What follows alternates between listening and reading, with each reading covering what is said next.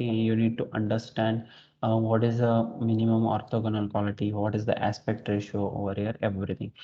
In the mesh check also, you can check out the coordinates of the domain, how much larger the domain has been created. Okay.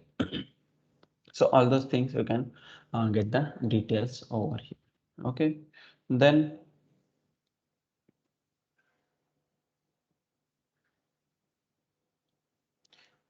after that, you can just view the report quality, where you can see this orthogonal quality and aspect ratio. The purpose of this is just not to click all the options, to understand whether that mesh quality is sufficient enough or not to get the result. If it is not sufficient, you will be getting a warning over there that you need to refine the mesh again. Okay, so that is the reason we need to check this. And then you can go to the display, where you can easily understand or cross check whatever the name selections you have done. So let us see. First of all, select the inlet and view. So this is your inlet one. Then select the inlet 2 and view. This is your inlet 2. Then this is the outlet, and this is the wall surface. So you can see all the name selection what we have given, which you can see over here. Then in the units, you have option to set up the unit for any individual quantity. No need to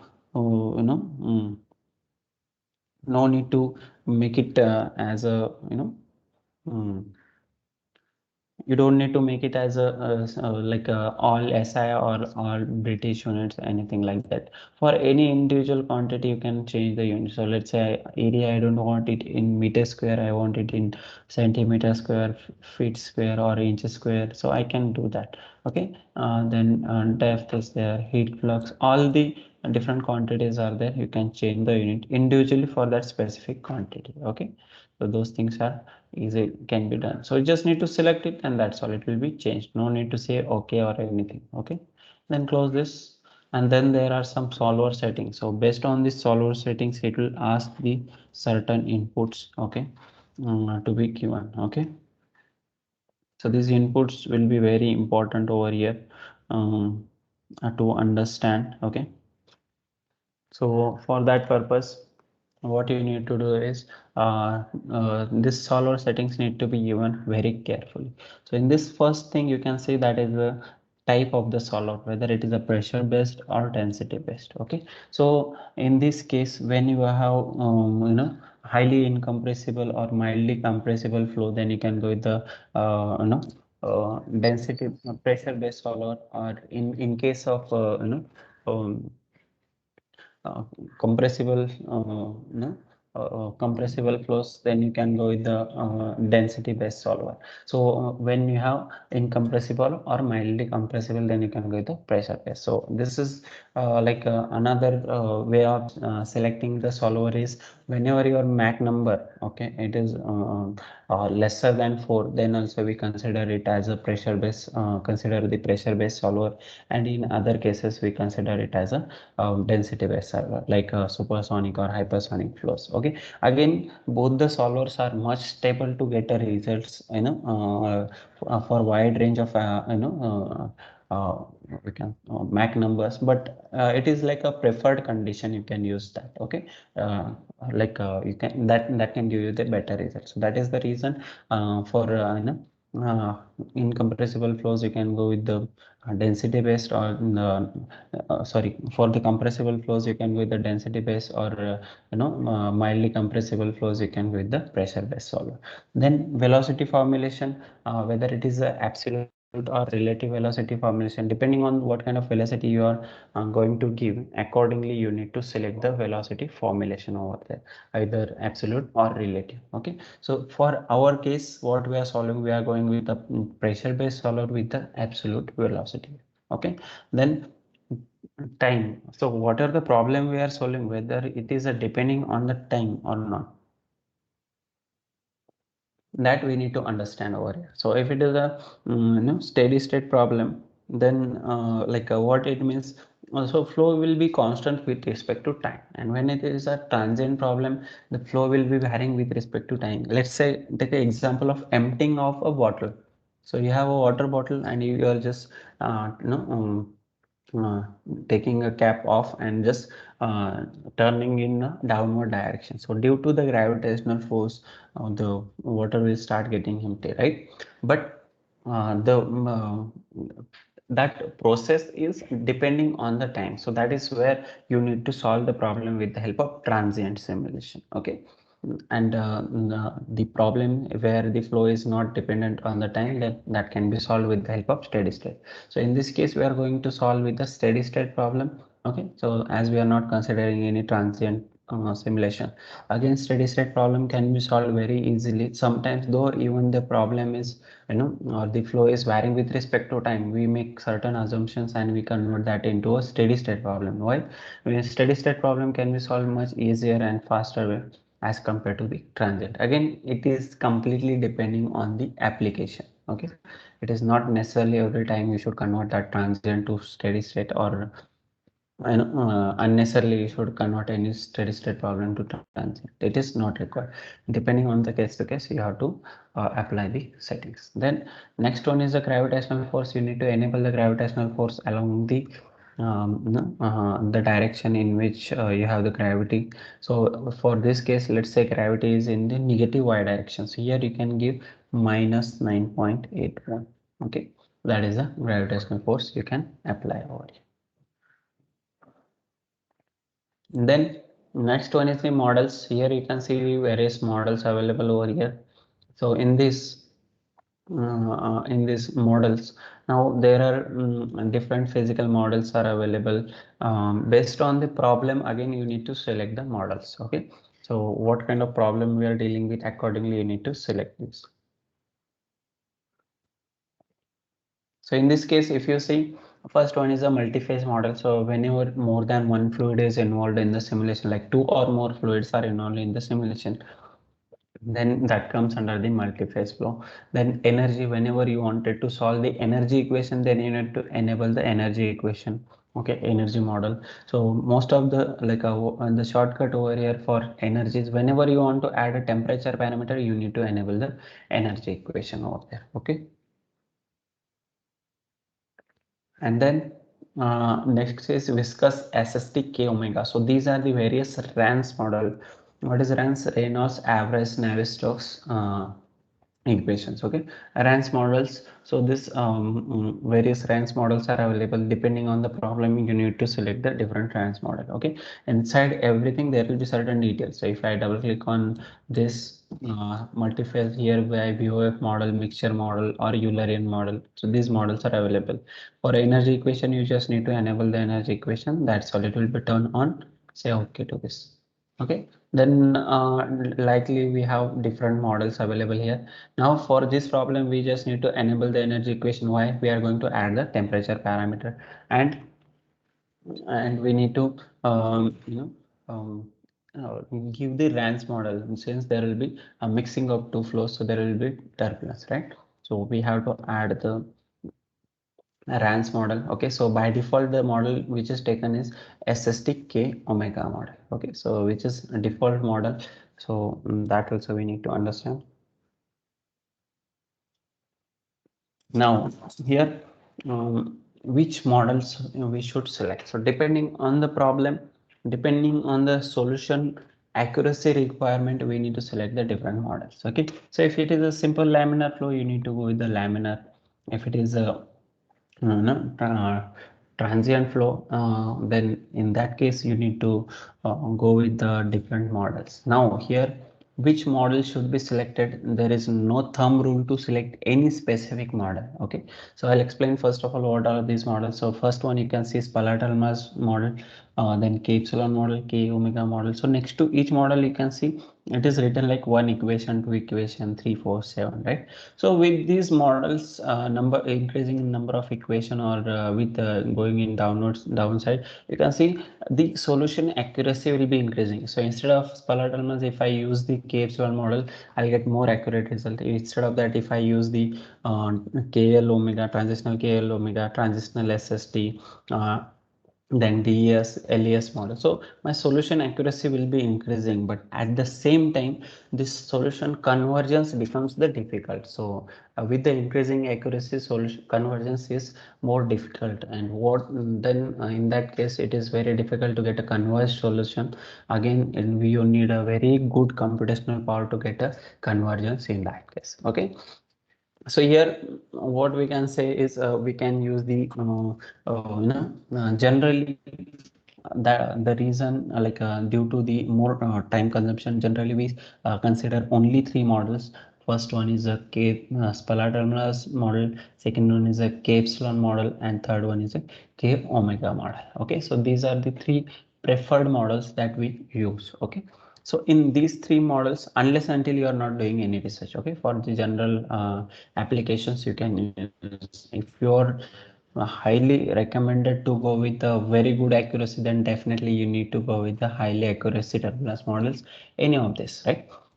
Again, second thing is there is no thumb rule to select any specific model. Okay, so there are only certain preferred conditions. Let's say take an example of a 2D problem. So Spalaterminus model that gives you the best preferred result for a 2D problems. Okay, when you are solving a problem in a 2D, then K epsilon model gives you good results away from the wall, whereas K omega turbulence model gives you the good results near the wall surfaces. Okay, so these are the preferred condition. Again, not necessarily 100% that model will give you the best result. Okay, so it is completely trial and error method. You need to check out with the different models which model is giving you the best results, so that you can consider it as a final model and you can solve the all complete problem with the help of that. Okay, so in these three turbulence model, I think you can say, as I told, Spalart turbulence is a one equation model and can be used, can be preferred for 2D problems. Then we have K epsilon turbulence model.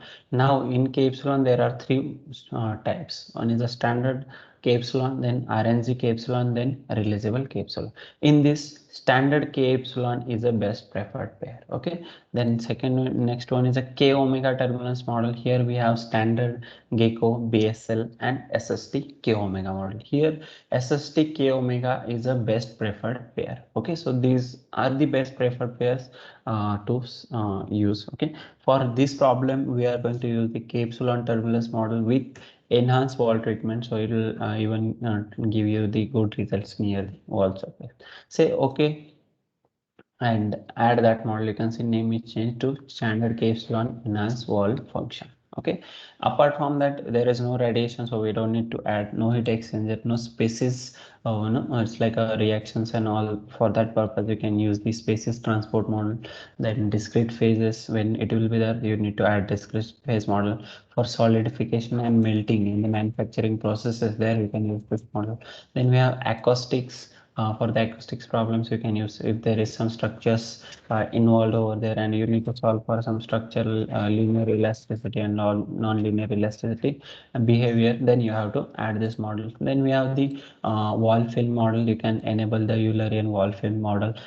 This is majorly used for the solar panels. Okay, or you can say yes, so for the solar system.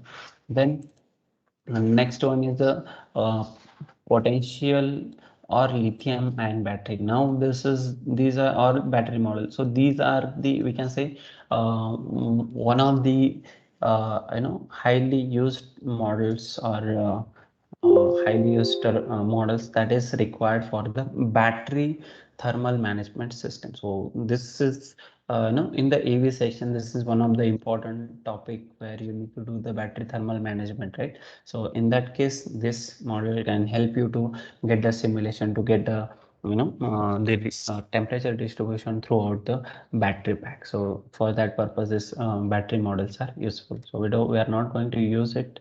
So I'll just disable it. Okay, so in for our problem, what we have done, we have only selected the energy equation and standard K epsilon enhanced wall treatment. I am just explaining you all the available options. At the same time, I am explaining you what are the options we are taking for the current problem. Okay, or for this current solution. Okay, Then next step is to add the materials. So what are the different materials that we need over here, that we need to add through this? So you can see, like in a mechanical side, we saw there were material which was a default. That material was a by default, that is structural steel.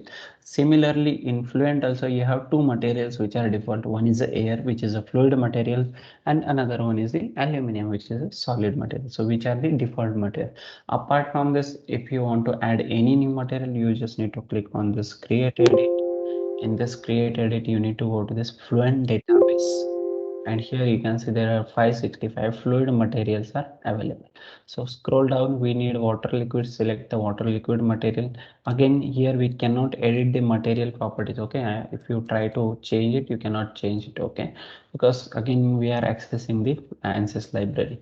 Just when you click on copy this material, it will be copied over here, as well as it will be added into the material library, okay? So click on copy, you can see it is added over here as well as here. So I can close it, but here you will get access to edit the properties of the material when you are calling it for the current project. So this is how we can add any new fluid material. If you wanted to add any new solid material, again go to the fluent database, change this type from fluid to solid, and there are only 13 solid materials which are available. Since in fluid or in CFD we don't need that much materials, okay? So there are 13 fluid 13 solid materials are available.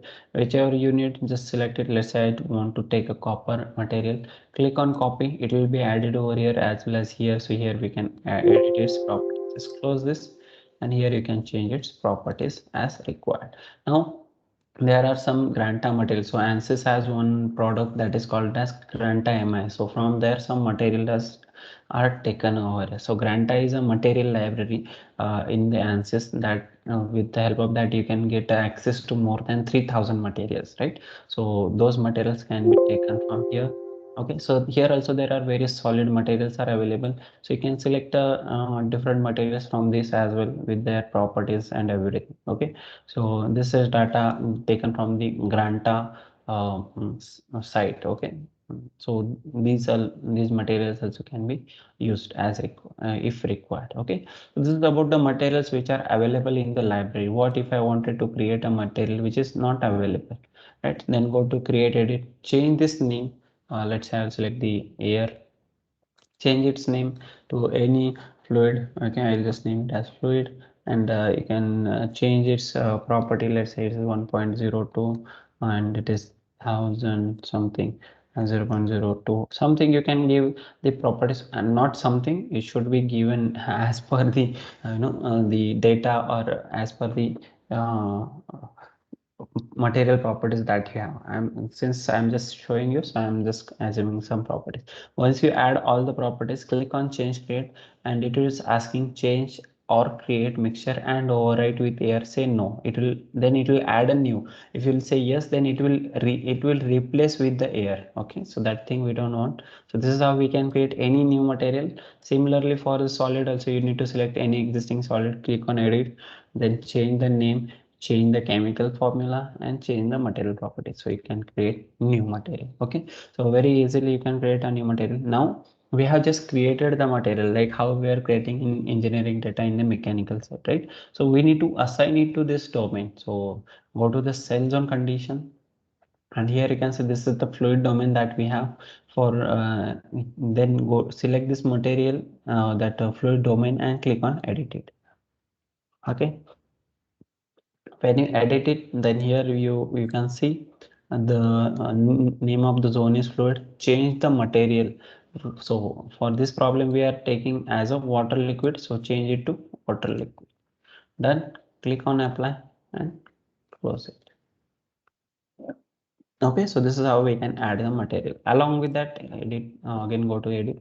If there is any fan, like in the for the fluid zone, there are a lot of factors. Those are very important. Like let's say fan. If you are doing a CFD simulation of a room, like how the heat is getting, or air is circulating inside a room, but there is a fan, right? So you need to design that fan, or you need to give the effect of the fan on this on that complete fluid zone, right? So that is the reason you need to add a fan zone. If there is certain heater, right? So that is heating the room, that, or if there is some cooler or some AC that is cooling the room, so that also you need to add. Okay, so like a mesh motion, laminar zone, fixed values, porous zone, so all those things you can enable it from here and you can give its value. Let's say you have added a 3D fan zone, so in this you have to give the location of the fan in that domain. Then you have to consider that fan as a wall, right, and give its radius, its tip radius, thickness and inflation point, and then you can decide whether it is rotating in positive or negative direction, and then need to give the angular velocity of the fan. So this is how you can define the fan without creating a model of fan. Okay, so that is how you can add even a source term. Let's say energy, so there is a energy emission, so add number of sources. Let's say there are two sources, like or one source, there is a fan zone, right, or air conditioner, right? So add that and give a constant value how much energy it is and adding, that you can add it, or if there is a heater, right? So all those things can be added over here similarly, simply, and you can just have a effect of that on the complete fluid dome. Okay, here we don't have anything else, so I'll just disable it. And here what we have done is we have just changed the material name to water liquid. Click on apply and close it. Done with the cell zone condition. The next step is to define the operating condition. So here you can see in the cell zone itself we have option to define the operating condition. So let's say I'm carrying out this experiment at a room pressure, right? What is the atmospheric pressure? That is 1 bar, that is 101,325 Pascal. If I wanted to carry out it at certain other pressure, then I need to change this value. Okay, so you can change the value with the gravitational force. If you want to apply it some in any direction, that you can add. Here we have already added it in negative y direction. Then operating temperature, that is room temperature. If you want to specify the operating density, means like surrounding fluid density, like in normal cases it will be air, so here air density is been considered. So if you wanted to add those parameters, you can add all of them. So I don't want to add it. We are going with the default properties, so just make don't make the changes. But that is how you can change the operating conditions. Once that is done, then you need to go to the boundary conditions, where you can define the boundary conditions at no, for each boundary. Okay, so let's say we have inlet one. So for inlet one, we are going to define the velocity. So here from the type, you need to select the velocity inlet and edit it. And here you can give the value of the velocity. Let's say it is 1.5 meter per second, right? That is what I said from the inlet one. Then go to the thermal. Here you can give the temperature of, let's say, 303 Kelvin. Click on apply and close. Similarly for inlet 2 also, we are going to define the velocity. So make sure the type is velocity inlet. Now this type velocity inlet or pressure outlet, whatever it will come, that will be coming with the name what we have given. If I, instead of inlet 1 or inlet 2, if I give some other name, which I know it is an inlet, but name if I have given something else, then by default it will treat it as a wall surface. It will give you the boundary as a wall. Then you need to change it manually. But for best practices, or for to reduce your work, you can have a proper name selection, so that those boundaries will be there by default. Okay, for inlet 2, we again velocity inlet and edit this. Okay, so here again define the velocity. Let's say it is 3 meter per second, and then go to the thermal. Here you can define the temperature. Let's say it is 363 Kelvin, as we said. Click on apply and close. Then interior. So interior means whatever the inner fluid which is enclosed by the boundaries that we have defined, like which is enclosed by the inlet 1, inlet 2, outlet and wall surface, right? That is interior. For this, you just need to make sure the type is interior. That's all. Okay, no need to make any changes. If there is a fan zone which we have created, then you need to change it to fan, or if it is a radiator, then you can add it. By default it is an interior in this case, so no need to change. Then outlet. For outlet, you can define the pressure at the outlet. So we cannot define the velocity at the inlet and velocity at the outlet. These are the bad pairs. Okay, so that is the reason at the outlet we are defining the pressure outlet. Edit this. You can define the pressure inlet, pressure outlet, but you cannot define the velocity inlet and velocity outlet. Okay, only for velocity. For remaining other like a mass flow rate, inlet outlet can be defined. Temperature inlet outlet can be, temperature is not a like a pressure inlet outlet can be defined, but not velocity inlet and velocity outlet. Okay, then as we have given pressure outlet, so we just need to make sure that initial gauge pressure is 0, and then let's say the backflow total temperature, we'll keep it as the default one. Click on apply and close. Then wall surface. So whatever the wall surface here we have, that for that you just need to make sure the type is wall and edit this. Okay, here you can see it is a stationary wall. If it is moving, you can change it to moving, but this is a stationary wall with no slip condition. If you want to specify the shear components, then you can give a shear as well. So I am considering it as a no slip condition. Then go to the thermal. As I said, wall temperature is 343 Kelvin, right? So I wanted to add a temperature parameter. So go to the temperature, it is 343 Kelvin, and the thickness of the wall is 1 mm, and material of the wall is copper. So change all these things here, apply and close. So this is how we can define the material, sorry, the boundary conditions.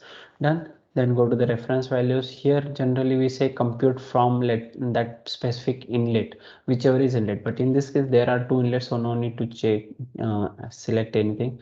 And then reference zone is the fluid zone. Okay, now this name fluid is coming just because in meshing I have named this as a fluid. Okay, otherwise it will be coming as a volume. Okay, so which is a default name, so that you need to understand, because here you will be, previously you saw it was volume slash fluid, because we have named here also fluid. If we didn't don't name here, then your name will be volume, and here also you'll get time as volume. So that is your reference. Okay, now whatever these values are given, these are the reference values. Okay, then go to the methods, where you can solve the problem with the different schemes. So how the results from one cell to another cell, or one node to another node, will be taken, that is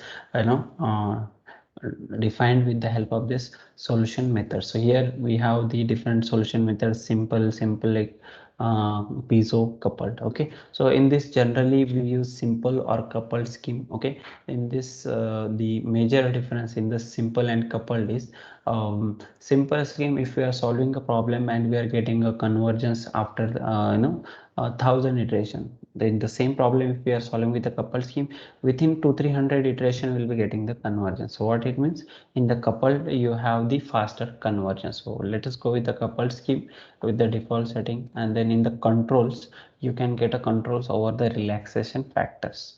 Now no need to change this relaxation factor until you are not getting the convergence. If you are facing any issue in getting the convergence, then you can try to change these parameters.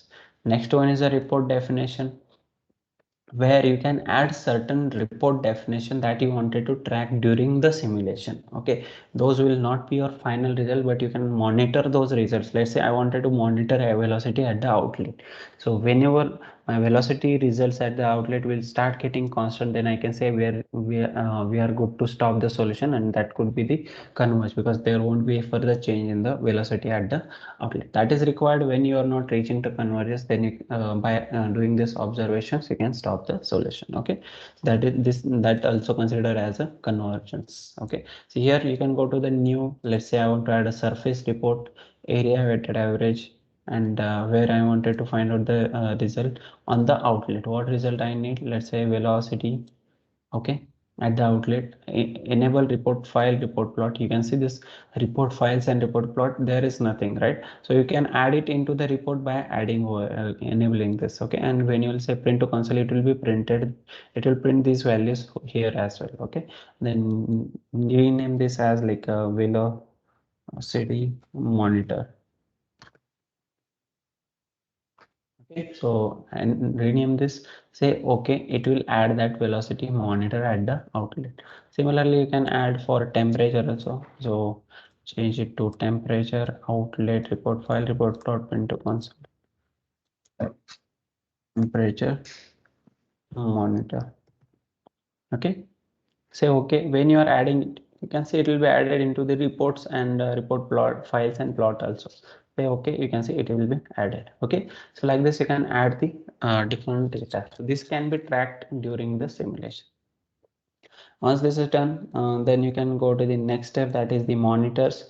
Here you can see the residual value. So as I already told you, the residual, so whatever the accuracy of the residual you want, you can describe that. Let's say I want solution accuracy of 10 raised to minus power 4, so I will just give as a minus power 4. Okay, so until it is reaching to that particular accuracy, this solution will be continued, and when it will reach to that accuracy, we'll get a conversions. Okay, say okay to this, and then you can go to the initialization, where we can initialize either with the hybrid initialization or standard initialization. So in the standard initialization, you need to select compute from, let's say I'm selecting compute from inlet one. You can observe this value how it will change. When I'm saying compute from inlet one, you can see values of velocity, turbulence, energy, temperature, etc. Those are changed with respect to inlet one. So these are the initial values, right, which will be kept in a equation and will be getting the results, right? So generally it is no, we need to consider or give the reference values or initial guess values from the inlet. Okay, but in this case there are two inlets, so it is not preferred to go with the single compute from inlet one or inlet two. It should be done in a different way. Then we can go with the hybrid initialization, where software will calculate the initial guess values from the given input data. So just click on initialize it, and it will initialize, it will solve for some sample iteration. So you can see it has solved for 10 sample iteration, and it is showing hybrid initialization is done. Once it is complete, go to the run calculation. Here add the number of iteration, let's say it is 1000 iteration I am solving for, and just click on calculate. So it will start solving the problem. So this is how, I'm sorry, actually I'm continuously speaking. If you don't understand anything, you can just ask me. Okay. And yeah, so this is how you can say, this is the mesh file, or this is the model what we have. This is the residual plot you are getting. This is the solution monitor, that is velocity we are monitoring at the outlet, and temperature we are monitoring at the outlet. Along with that, these are the residual values, and then temperature monitor value and velocity monitor, as I said, print in the console. So it is printing those values over here. You can see the progress over here. You can stop the solution at any point of time whenever you need. You can track how many number of iterations are performed whenever the solution will go below this 10 raised to minus power 4. What it means, this graph, when it will go below this 10 raised to minus power 4, will be getting the convergence, and that will be our final solution. At 10 raised to minus power 4 is not a good considerable accuracy, but just for solving I'm showing you. Otherwise it takes a lot of time if you wanted to go with the 10 raised to minus power 6 7 accuracy. Okay, so just showing you how we can describe the specific accuracy. Another way of tracking it, when this, we can say, when this graph will start getting constant, we will reach to the convergence and we will be getting the final solution. Even this graph as well, you can see currently it is still varying. So we can easily say that still it is not going to reach to the convergence. Okay, so there is a lot of time it will take to reach to the convergence. Now we can see slowly it will start reaching towards the convergence.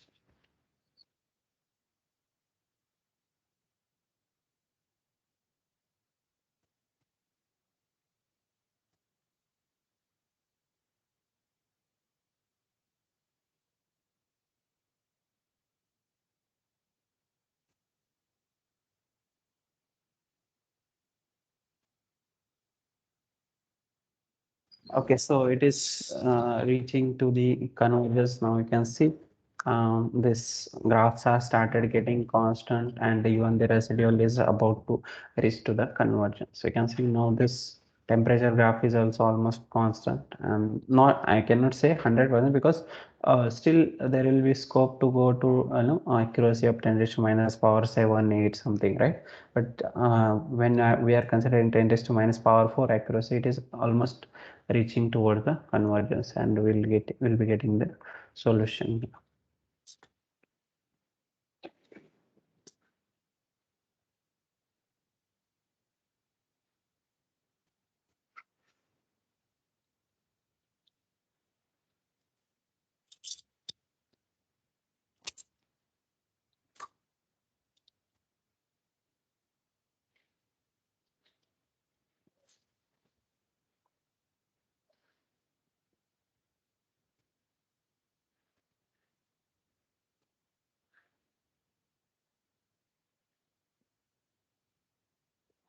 Okay, so in the meantime, if there is any question related to all the steps, whatever I have explained, if you want me to repeat anything, please let me know.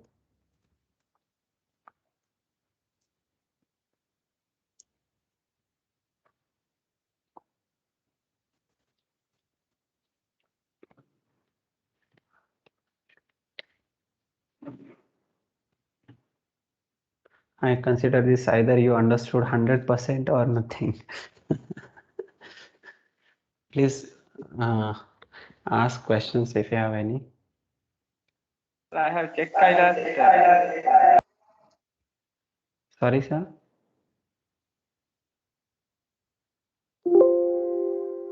So you can see it is reached to the convergence.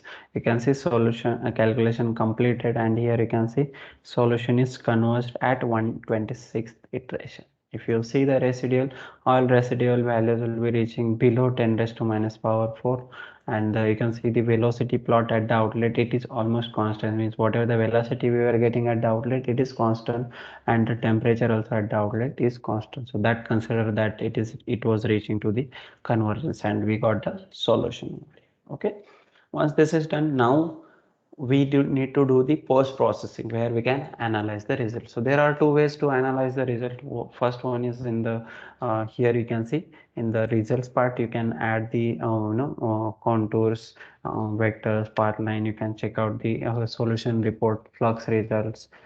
You can do the animation, everything. Another way is go back to the workbench and launch the CFD post where we can do the post processing. So you can see I double click on the result, so it is launching the CFD post. Okay.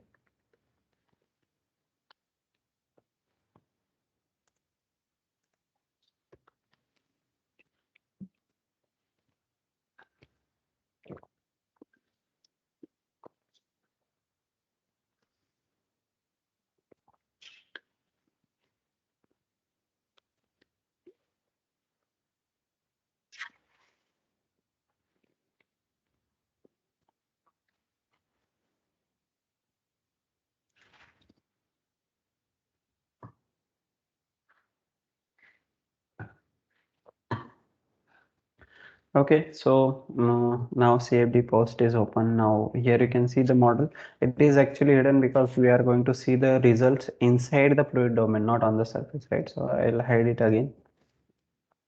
And yes, so first of all, what we are going to do is we'll just create a plane exactly at the middle, and then we can observe the results on it. So go to the location, select the plane. You can name this plane. So I'll keep the name as default, that is plane 1. And here it is along xy at z is equal to 0. Plane method is xy and z is equal to 0. So exactly at the location. Okay. So like this, we can create a plane over here, and you can see this is exactly at the middle.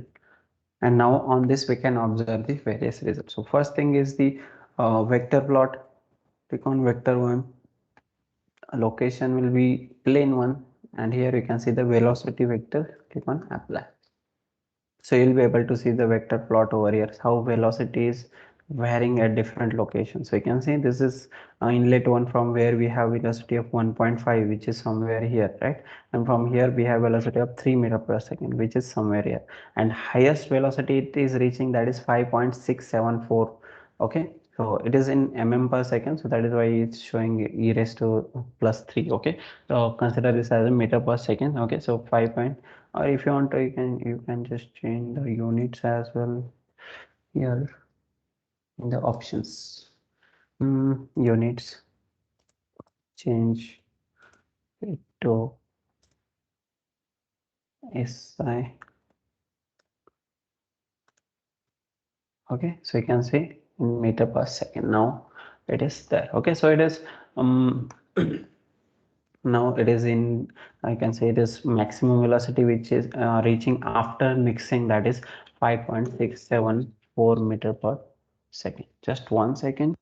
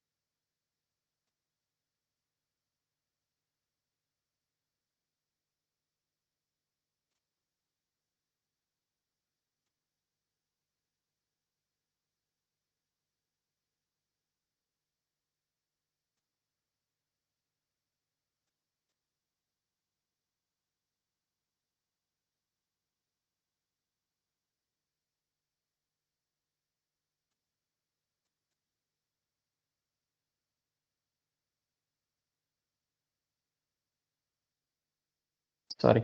So you can see this vector plot over here, and you can see the velocity variation as well. So I'll hide this, just untick to hide it.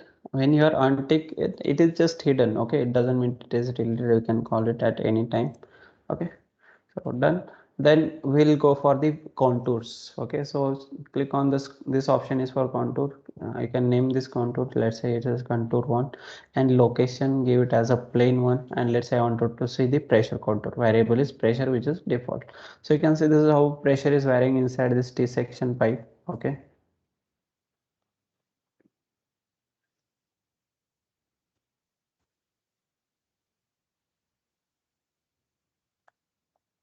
okay, and instead of that, let's see the temperature contour.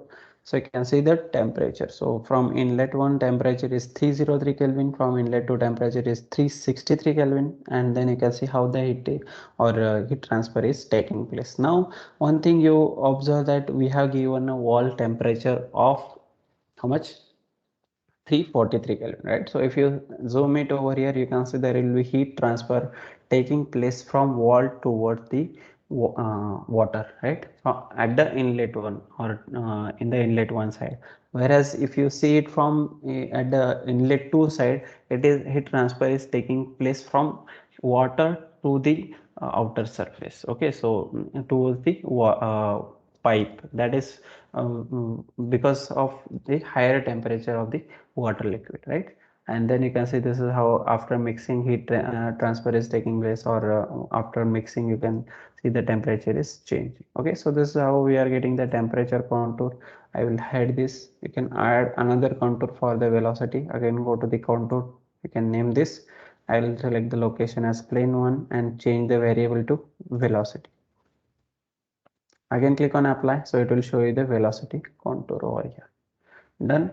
Now in this case, you can see the velocity from inlet 1 is 1.5 meter per second, from inlet 2 it is 3 meter per second, and after mixing it is increasing. One more thing you will observe that boundary layer formation near the wall surface. If I zoom it over here, you can see near the wall you will be getting zero velocity, and as we will move towards the center of the flow, velocity will be increasing. Here also you will be able to see the same thing. You can see at the wall we have zero velocity. Blue color indicates the zero velocity, right? And then as we'll move towards the center, velocity will be increasing. So this variation in the flow, to capture this, there should be more finer layers near the wall. If I add more finer layers near the wall, or if I, after calculating the total thickness or first layer thickness, when I'll create it, you will be getting more detailed results over here. Okay, that is how you can check near each wall surface. You will be able to observe this boundary layer formation. Along with that, if you see that still the flow is not completely developed in the outlet side, so what it means, there should be still chance to like you need to further increase the domain over here, and that will help you to get a more developed flow at the outlet side. Okay, so that is how we need to analyze it, and then hide this contour as well, and move to the next part, that is the streamlines. Okay, click on streamlines, so we can create a streamlines, let's say on plane one, and let's create 250 streamlines and apply it. Okay, so the streamlines you can see over here. Okay, so you can see the streamlines. This is how the particles are moving inside this. You can create an animation of this. If I hide the plane, okay, and this is the option to create an animation. So click on it, select the streamline one, reduce the speed of the animation and start. So you can see this is how the fluid is moving inside this T section pipe. Now it is in 2D. If you want to create it in 3D, I'll stop the animation, close this, change it from plane one to fluid. Okay, and let's give it as 250 again, apply. Now it will create it in 3D.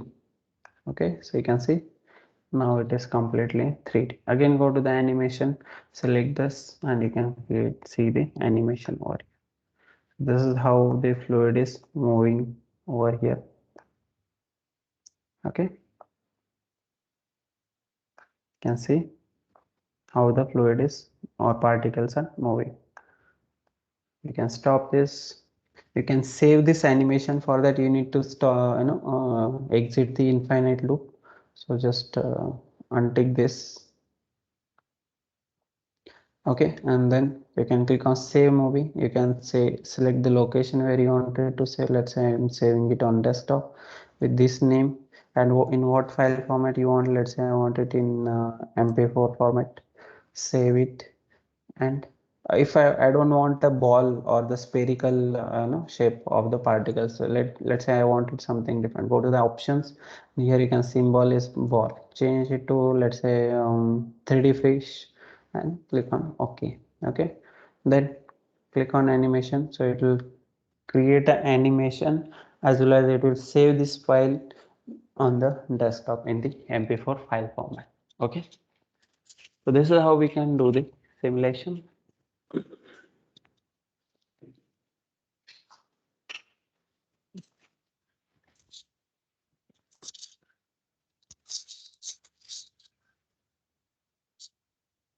Since it is writing the file same time, so it is taking more time. Okay, otherwise it but when it writes the file completely, then you will be able to see even in the animation it will be moving with a normal speed. I'll just stop it over here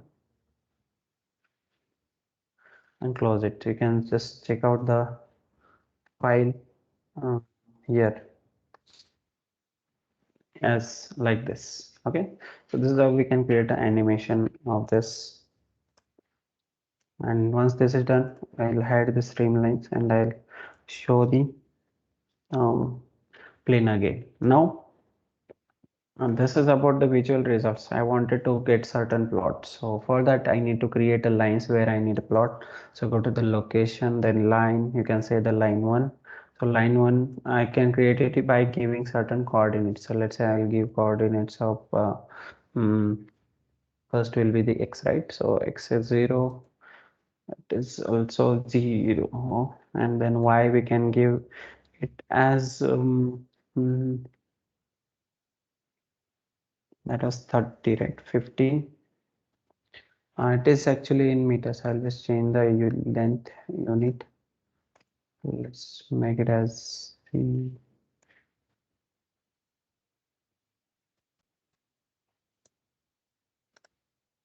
okay. So this will be, let's say, 15. This will be minus 50, and z is 0 0. Click on apply. So you can see one line is created from there. So you can similarly you can give the coordinates and you can create a line. So I have given total length of 400 mm, right? So next I will create it.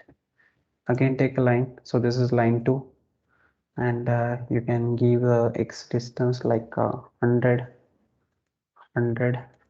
minus 15, 15, apply. Created. Third we'll create it on the outlet side. So line 3, and it is 200 minus 15, 200, 15, apply. You can see third line is created over. Okay, this is third line. Okay, so all three lines are created. Now on these three lines we are going to create certain plot. Go to this option, that is chart. Okay, you can name this chart. So let's say it is a chart 1. So xy chart. You can name this chart, let's say I will name it as a velocity plot. And then go to the data series. In data series 1, let's say location of line 1. You can add new data series with this option. Let's say line 2, add one more on line 3. Then go to the x. Along x, let's say we need the velocity. Okay, so we are going to create a velocity profile, and along y we need the vertical distance. What is the vertical distance? It is y. Okay, so here select the y. Okay, again go to the chart viewer and click on apply. So you can see this is how velocity is varying at three locations. Series 1 is line 1, series 2 is line 2, series 3 is line 3. So this one is outlet 1, this is the middle, and this is the first line. Okay, so this is the first, second, and third, that is the outlet line. So this is how we are getting the velocity profiles here. Okay, so it is very easy to create the plot. Now you can export this plot and you can get in a .csv file, that is for the Excel sheet, where you can easily get the data in the Excel sheet file format. So you just need to select the location and you can give the name of the file and save, and then you can see your file will be created where you'll get a complete data in the Excel sheet file format. Okay, which you can use further as per your requirement, as you can see. So all three lines data series have been taken. Okay, so like this we can get this. We can create multiple plots. Let's say I wanted to find out the temperature at the outlet, so I can take a probe. If I just want a single value at the outlet, or I want a temperature plot at the outlet, so first create a chart. Two, it will be temperature. Okay, you can name it, you can name as per your convenience. So it will be on line 3. I just want it at the outlet. Then along x, so let's say you need the temperature, and along y you need the vertical distance, that is y. So this is how temperature is varying at the outlet side. Okay, then if you create any streamlines over there, so if I am creating a single streamline from the inlet one, let's say inlet one, not 25, only one, this one. Okay, and again I'll create another streamline which is on the from the inlet to side, inlet to, click on apply. So you can see these two streamlines are there. I'll hide these lines. Okay, these two streamlines are there. So on these two streamlines we can get the velocity, how velocity is varying from inlet to outlet. Go to the chart. I'll hide this previous chart. I'll add new. Okay, so chart I can name it. I'll not name. So let's say it is streamline 2 and add another series on streamline 3. So along x, let's say chart count. Along y, let's say velocity, or temperature also you can add, how uh, particle temperature is changing from inlet to outlet. So this is how it is going. Okay, so you can see particle how it is moving in case of inlet to or outlet. I will make it as, instead of chart count, let's make it as uh, it should be y, right? Y distance. This is how the velocity, or yes, velocity is varying for that particular particle. It should be x, sorry, it should not be y, it should be x. Why we are getting double?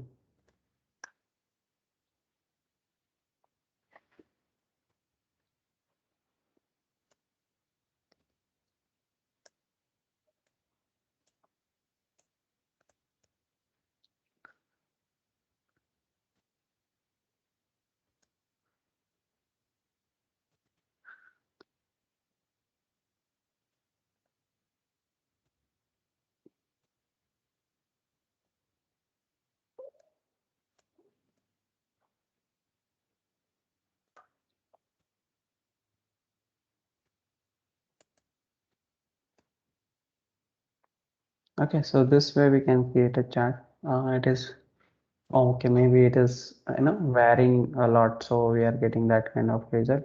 Instead of that, let's shake it with the temperature. Okay, so this is how the temperature is varying.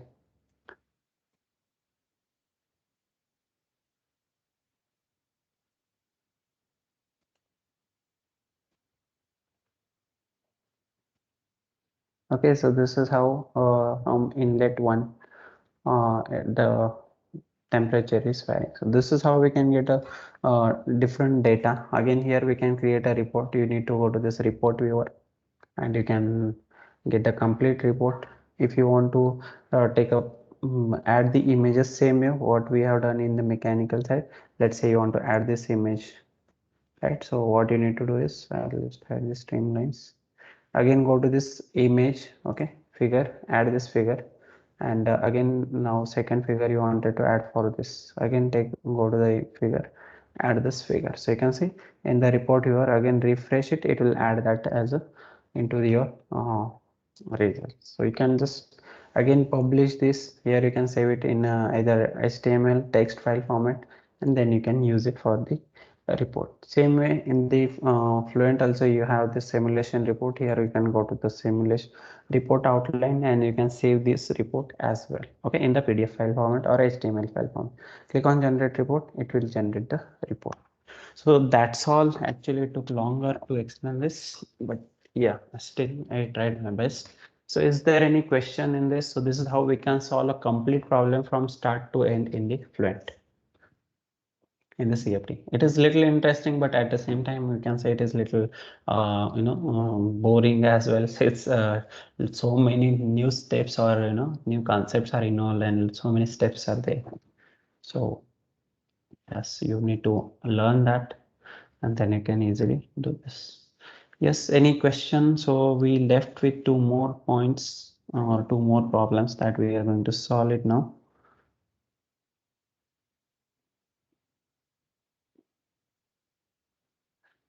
Okay, so no questions. Okay, I consider this as everyone understood this.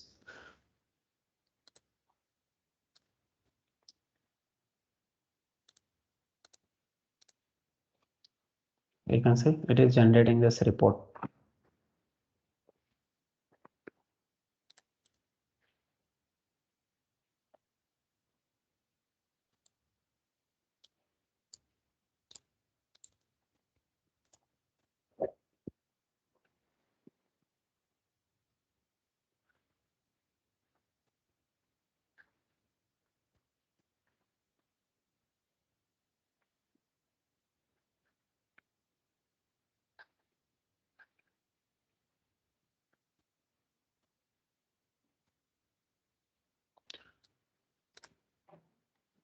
Okay, so next problem is a flow around the sphere. So what we saw, that was an internal flow problem. Let us see the external flow problem. Okay, so we'll solve this in a 2D so that you can understand one more type, like how to solve a problem in 2D, right? So I just create a simple rectangle over here. Let's say it is of 100 by 50. Okay, and I'll create a sphere. Let's say somewhere,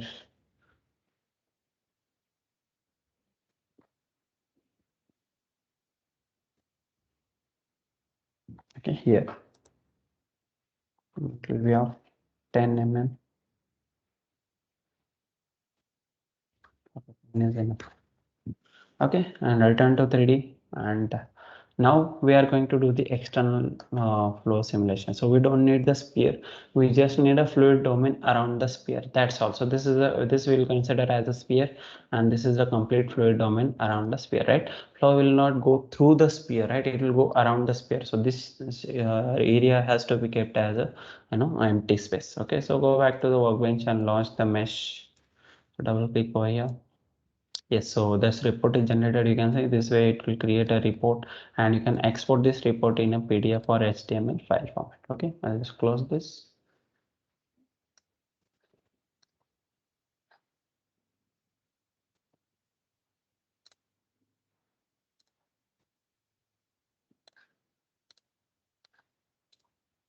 Okay, and again you can see this surface area for CFD thickness doesn't matter, so no need to worry about the thickness. Okay, and you can simply generate a mesh. So I'll just quickly create a mesh for this. Now steps are same, almost same. Very few things will be changing from one problem to another, so I'll just explain whatever the necessary steps are there. Okay, I'll not explain all the steps now.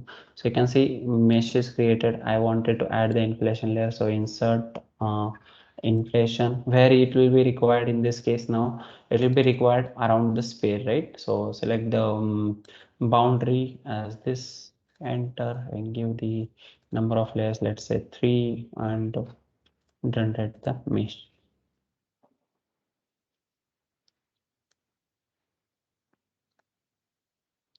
Now we can consider this in 3D also, but just to simplify the problem and get a faster solution, I am considering it in a 2D, right? So this is what assumption I have made, like I wanted to solve in a lesser time, so that mesh count should not be so higher. So you can say here mesh count will be very small, something You can see it is 5,000. If I want, I can still increase the element, reduce the element size. That will help you to get more detailed results. Let's say I given 0.5.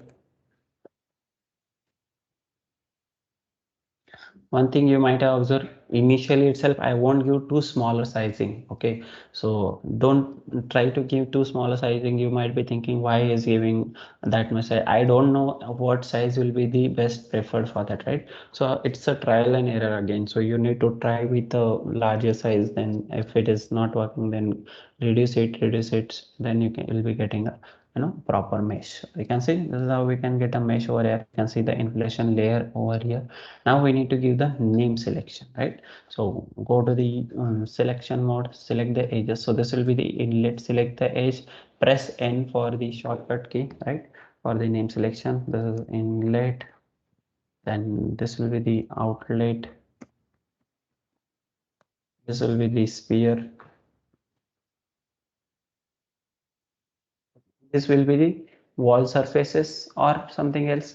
Let's say consider the sphere is there in an open atmosphere, and there, let's say the flow is coming from the inlet at velocity of 5 meter per second. So we wanted to observe how the flow will get separate there, where will be the stagnant point, and where will be the reattachment point, everything, right? Now the domain will be definitely smaller to get a reattachment point, but we can see the point of separation, stagnant point, all those things here. Okay, uh, so let us start. And if the sphere is in open domain, this should not act as a wall surface, correct? So what it will act, that we'll see. I have not given name to that. I just wanted to show you by default it will be treated as a wall. Okay, so this is inlet, this is the outlet, and this is the sphere. You can see the label over there. Okay, done. Go back to the workbench and update the mesh and launch the Fluent. Okay, double click on setup. Uh, Now we can see this time we are solving a 2D problem. So by default it has detected it as a 2D. Enable the double precision, go with the 4 cores and start. This kind of simple problems I can solve in 3D also, doesn't matter, but I just wanted to show you how a problem can be solved in 2D as well. Okay, and then uh, it'll it'll open the model over here. Okay, so same things. Now you can just perform the scaling. If you want to enable change the scale, then you can click on check, so it will perform a mesh check, and you can view the report quality. If the mesh is not good, you will be getting a warning over here. Okay, then in display you can see the name selections what we have given. Along with that, this new name selection is appearing. You can see uh, wall FFF1 surface. Why this FFF1 surface? Its name is created as like this over here in the Fluent, which is default by default created in the machine. Okay, that is what wall of that particular component. If you have multiple components, then to just for that they have given a name selection this way. Okay, which is a default one. This is the interior, which is the inner fluid domain. Okay, and this is the inlet. You can see I can view the inlet. Then let's view the outlet, and then view the sphere, and then view the wall surface. These are the wall surface, and this is the complete interior. Sorry. Yes, so this is how we can get the complete boundaries. Now done. Again, no need to change any units. Will go with the default one. Again, it is a pressure base where we have very small velocity with the absolute like a small. Will be going with the pressure base with the absolute velocity and steady state problem. One more option that you will see in 2D, that is a planar, axis symmetric, and axis symmetric. So I can further simplify this problem by taking only half of it, right? If I cut this into two halves, both will be identical to each other, right? So no need to again increase the mesh count. We can just go with the half of the model. Then you need to enable the axis symmetry. But this case we have not taken that, so just enable the planar. And if it is axis symmetric solving condition is there in 2D, then you need to enable the axis symmetric solve. So here enable the gravitational force. It will be in negative y direction, 9.81. Okay, minus 9.81, of course. Then go to the models. Here no need to enable any temp energy equation. We are not adding temperature. Just go to the viscous, and here we'll solve it with the Spalater-Mars equation. Say okay to this. And material, of course, it is in open atmosphere, so no need to add any new material, because open atmosphere means air will be there, right? By default, we are going with the same material. In cell zone condition, if you see this surface, which is a fluid, if you edit it, by default the air will be assigned to that, okay, which is a default material. So you can see no need to worry about it, no need to make any change. We are going with the default operating conditions as well, so no need to change here as well. Then go to the boundary conditions. You can see the boundary. First one is a velocity inlet. Okay, edit it, and here we are giving the velocity of 5 meter per second. Give it, apply. Temperature thermal tab will not be enabled. Why? We have not enabled the energy equation. Okay, so just give the velocity and close it. Then interior, for interior you just need to make sure the type it's interior. That's all. Outlet, will define it as a pressure outlet with 0 gauge pressure, and done. Apply, close it, which is the default one. Sphere, now sphere will act as a wall surface. So for sphere, you can see type is by default as a wall. Edit this, and again it will be the stationary wall with no slip condition, stationary wall with no slip condition, and wall roughness is taken as a default value. No thermal tab will be enabled since we have not enabled the energy equation. Then go to the wall. So this wall, here you can see, now this should not act as a wall, but by default you can see, since I have not named it, by default it has taken as a wall, and the type is also taken as a wall. Now I need to change it to symmetry. What is symmetry? When you will apply symmetry, there won't be any boundary layer formation on those surfaces, like it will be like a free stream velocity. Okay, so no need to give it as a wall, you can take it as a symmetry, so there won't be any boundary layer of formation. Okay, except sphere, there should not be boundary layer formation anywhere, because as I said in the problem, like the sphere is there in the open atmosphere, there is no restriction on any side. Okay, so change it to symmetry, apply, close. Done with the boundary condition, go to the reference values here. Now it is a single, let's say compute from inlet, and reference zone you can give that volume. Okay, then methods will go with the default, that is coupled scheme. Controls, we don't need to change it. Here in the monitors, sorry, in the report definition, we can track the drag value and lift value around the sphere. So go to the force report and drag where you want on the wall surface, and there is only one wall, that is a sphere, right? Report file, report plot, print to console, and drag monitor. Okay, apply. We are adding drag coefficient and lift coefficient. Okay, so go to the lift. Here you can see by default it has selected as lift coefficient. So again on sphere, report file, report plot, print to console, and lift monitor. Enter, say okay to this. You can see both the results are added. Then in the residuals, we'll go with the default accuracy, that is 10 raised to minus power 3. So it will not take more time for the simulation. Done. Go to the initialization. Now in this case we have single inlet, so let's say compute from inlet, initialize it, and once it is done, go to the run calculation and give the number of iteration. Let's say I'll give 1000 iteration and calculate. So this is how we can again define a problem. Only the difference over here, what you have seen is 2D. Okay, that's what the difference we have seen. You can see we have given 10 raised to minus power 3 accuracy, and it just got converged also. Definitely we can still get more accurate solution by giving more accuracy. Okay, just for time being I'm giving a less accuracy. So you can see drag value and lift value, they were also started getting constant, and at 37th iteration we got the convergence. If you wanted to find out the drag, then go to this report definition, click on this report monitor. Okay, um, report definition, select this report monitor and edit this. Here you can say compute, so it will show you the CD value. Okay, in the drag. Okay, in this console you can see the value. Again, if you want to see for the lift monitor, then select the lift, edit it, and click on compute, so it will show you the lift coefficient as well. So both the values you can get from this. Okay, done. Close this, and then go to the workbench and launch the CFD post to do the post processing.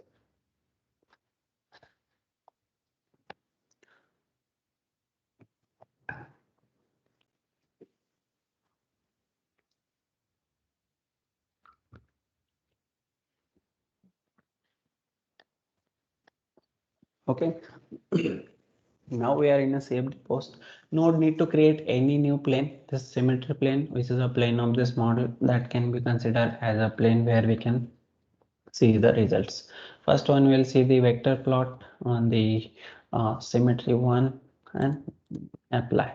So I can see this is how vector plot is there. Here you can see the stagnant point here, point of separation, and again here reattachment. So all those things we can observe. Vortex shading behind the this sphere also can be observed over here. Okay, disable this, then you can go for the contours. Let's say contour on velocity contour on the symmetry one, and you can see this. Now here two things you can observe. This is the point of stagnant point here, point of separation and reattachment over here. Okay, over here, then you can see another thing, that is the boundary layer formation on the wall surface over here, right? It will be very small boundary layer formation, but still it will be there because it's a wall surface. Whereas if you consider this, there is no boundary layer formation over here. Just one second.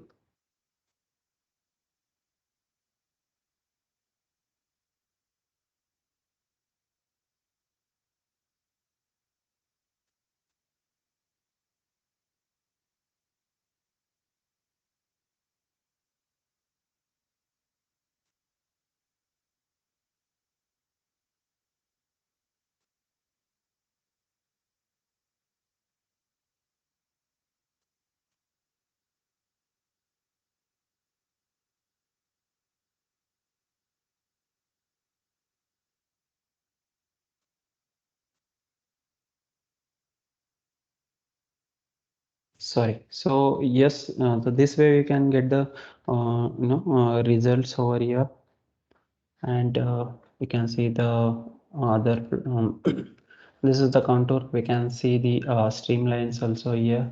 So go to the streamlines, you can add a streamline on the symmetry plane, let's say 250 streamlines, and apply.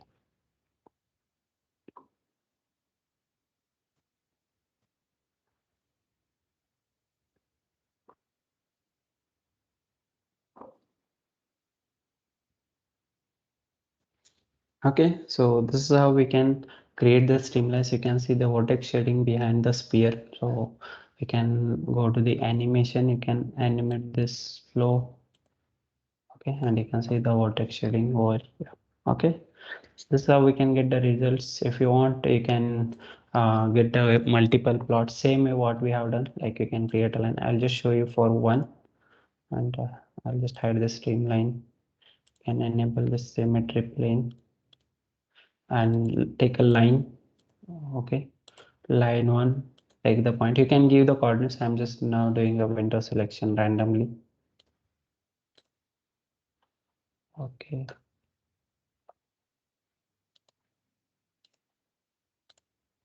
Okay, so like this you can create a line where you can see the you know mm,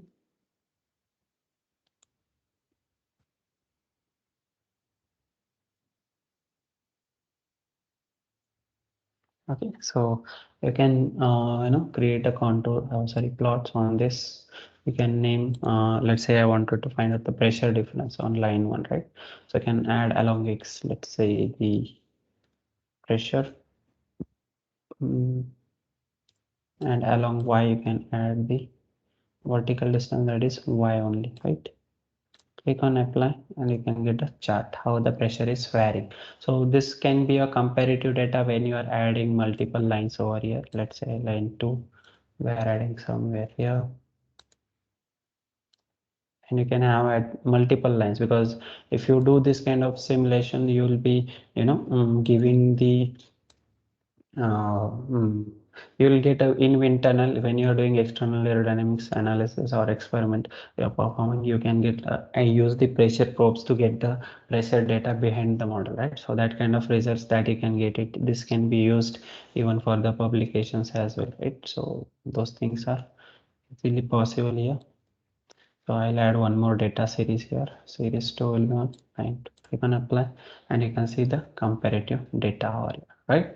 So this is how you will be getting the different plots. Okay, so that's all. I hope you understood. Again, all the things are same, like you can create a report out of it, you can add the various images, everything. Okay, done with this. And then the last step, that is FSI, that is fluid structure interaction. Now we have seen how to solve a problem in mechanical, how to solve a problem in CFD. Now I wanted to show you how we can solve a problem, like how we can transfer the result from CFD to mechanical to find it out the result or the effect of a fluid on a structure. That is called as fluid structure interaction analysis. So due to the the effect of the fluid, there will be certain deformation in the structure, so that can be simulated with the help of fluid structure interaction analysis. Okay, so for that I just need to take a problem.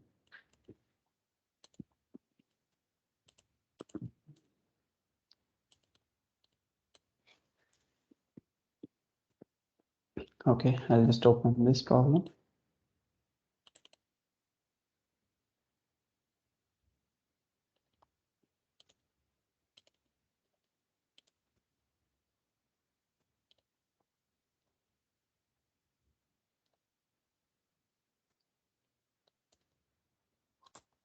Okay,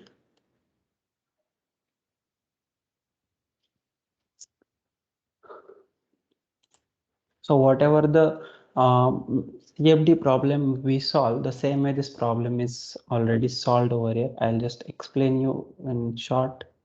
Okay, and then we'll see how we can transfer its result to the mechanical side. Okay.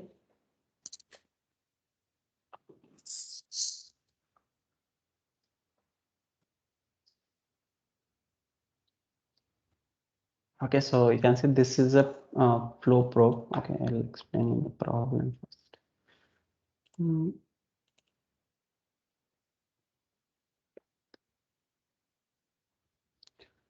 Okay, so you can see this is a flow probe that we have. Okay, it is subjected to a very high velocity of 100 meter per second, right? Maybe it's placed in a wind tunnel or somewhere for the testing, and we need to compute the stresses which are generating in the structure of this probe. That is what our aim over here is to understand. Okay, that we are going to do over here. Okay, then for that you can see this is the model that we have. We have this flow probe, and this is the fluid domain, that is a flow, and this is the probe, that is the solid part over here. Okay, so in the CFD side we need only fluid domain, so this probe part is suppressed over here. You can see mesh is created for this probe, for this fluid domain, same way what we do. And I'll show you the name selection. So this is the FSI surface. The name is given to the surface which is in contact with the with the probe. Okay, so the surface of the probe which is in contact with the air, that surface is named as a FSI surface. This is the outlet, this is the inlet. Okay, and again for symmetry or to reduce the calculations, we have taken a symmetry. So this is the symmetry plane, so consider it only half domain, so half we have taken cut. Okay, so we are considering only half of the model over here. Then for that you can just go to the setup. A similar way, you can say it is 3D model with the enabled with the double precision. I'm not going to solve it. I'm just showing you. But then I'll show you how we can, yes, add its results to the mechanical side. So it's just a simple same problem, which is how we solved previous problem. Same problem is solved in a CFD, and now we need to take its result to the mechanical side. Okay, I hope you understood the problem, and I hope you understood the naming is which is given over here. So you can say this is the model, and this is the FSI surface. If I show you FSI surface only. So from this surface, results will be taken to the mechanical side. Okay, that is why this is named as separately. Okay, this is named separately. Okay, and then all other surfaces. You can see it is a pressure with absolute velocity and steady state problem. They have considered standard k epsilon and standard wall function model. Energies of no need to add temperature, material which is default, that is air over here, and boundary condition. So important boundary condition is inlet, right? It is a velocity inlet. Edit this, and there will be a velocity of 100 meter per second, which you can see over here by default. Okay, close this. Wall will be this outer surface. This will act as a wall, right? So for with an like a default conditions, again we are giving stationary wall with no slip condition, etc. Now if you see the pressure outlet, again it is pressure outlet with a zero velocity, sorry, zero gauge pressure. Done, nothing is changed. You can see the symmetry. Now this surface is taken as a symmetry, for which type is symmetry, that's all. So this is how we can apply the boundary conditions. Then a references will be given from the inlet one, sorry, from the inlet, then method which is taken, which is a simple over here. Simple is simple and coupled both are same, as I already explained. Only the time taken to get the solution in the coupled will be less as compared to the simple. Okay, we have already got the solution for this. There is no monitors or anything they have given. Okay, and this is how this CFD problem is solved. Now what we need to do is we need to take a static structure, drag it and drop it on the solution of the fluid. So you can see in the next red box what what it is saying: share A2 and transfer A5. It will share the geometry and transfer the result from CFD to mechanical. So this is how we can make a connection for the FSI. Now this problem is of one way FSI. Okay, so in this they whatever the result of fluid on a solid side, that we are considering, but there is no reverse effect that we are considering. There is another type, that is two-way FSI, in which there will be continuous effect of one physics to another and another physics to the previous ones. Like in that case we consider it as a two-way FSI, and that has to be solved in a different way. Okay, so here we are going to discuss about a one-way FSI only. Okay, so this is the problem. Now geometry is taken, same way we'll go with the default material and go to the model. Okay, I'll just show you how you can import the result and how you can solve the problem. Okay, so launch this mechanical, and here now again you will be able to see both the models, probe as well as the flow together. Okay, but now for the mechanical we don't need the fluid domain, we need only solid part. So need to suppress the flow and need to keep the probe. Here you can see this is the probe and this is the solid. Okay, this is the fluid domain, this is the probe part. Okay, so here if when I expand this geometry, here you can see flow and probe. Now I don't need the probe, so right click on probe and suppress body. Probe is suppressed. Done. Then material is structural still, which is default one. We'll keep it as it is and just generate the mesh. I'll generate a mesh, let's say with one with 2 mm. Generate a mesh, which is very bad. Let's create it as 1 mm. Right click and generate the mesh. That is also very bad. Let's make it as 0.2 mm. Since the dimension is very small, you can see averagely maximum length is 5 mm, right? So this is also very small. Let's make it as 0.1 mm.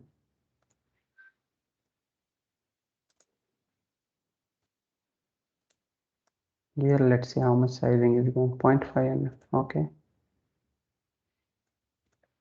okay, so I think this looks pretty good. Still not actually. 0.8. Generate them.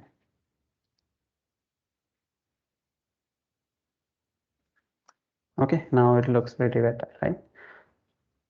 I'm just we considering by visualization, not going with the accuracy, but definitely we when we are solving actual problem, we need to check with the accuracy. Okay, so mesh is created. Now next step is to see the static structural. So in the static structural, you will see one important thing, that is imported load. that is from A5. You can see this A5, this is from here. If I go back to here, A5. So this solution is been transferred to the setup, means that solution of fluid is taken as a input to the mechanical, right? So here, before that, we need to add a fixed support. So since this probe will be fixed on the top side, right? So right click on static structural, insert fixed support, select this face and apply. Okay, now click on import load, right click, insert pressure. Correct. On which face there will be pressure, whichever the faces of the probe which will be in contact with the air, right? So I'll select only those faces which will be in contact with the air. So you can see all these faces which will be in contact with the air, right? Which I have selected, which I have unselected, those will be this. These two are symmetry faces, right? Because we have taken half, right? And this is a connected to the fixed support. So that means these faces will not be in contact with the air, right? Only the remaining faces. So select them, click on apply. So these are 7 faces which will be in contact with the uh, fluid, right? So here from where we need to add the result. So you can see transfer definition CFD surface. Which CFD surface? FSI surface. Which FSI surface? This one. Okay, whatever red you can see, from this surface result will be transferred to the mechanical side. Right click on import load and click on import. So it will import this pressure. As you can see, it is importing, and you can see the pressure variation that is being imported over. If I hide this, mm, if I hide the mesh, you can see this is how the pressure it is experiencing, and it is imported to the mechanical side, right? Except fixed support, I have not given any other value. Done, problem is completed. Need to solve this. Right click on mesh and solve the problem.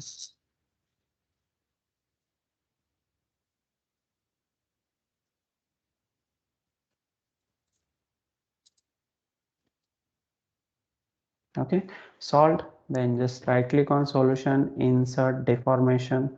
Again right click on solution, insert equivalent stress. Right click on solution and evaluate all the results. So you can see the deformation. I will hide the mesh, and you can see due to you know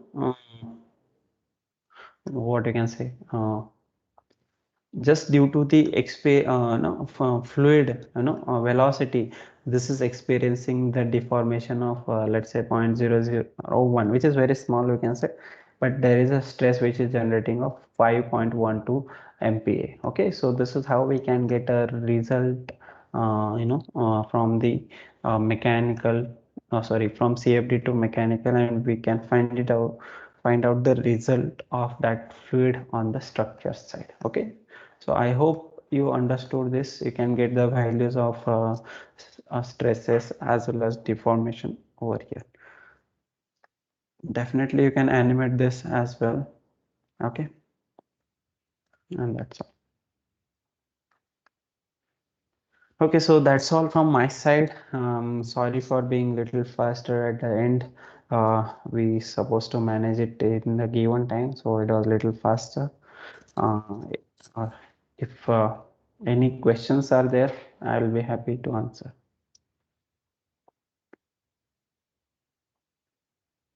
Yes, is there any question?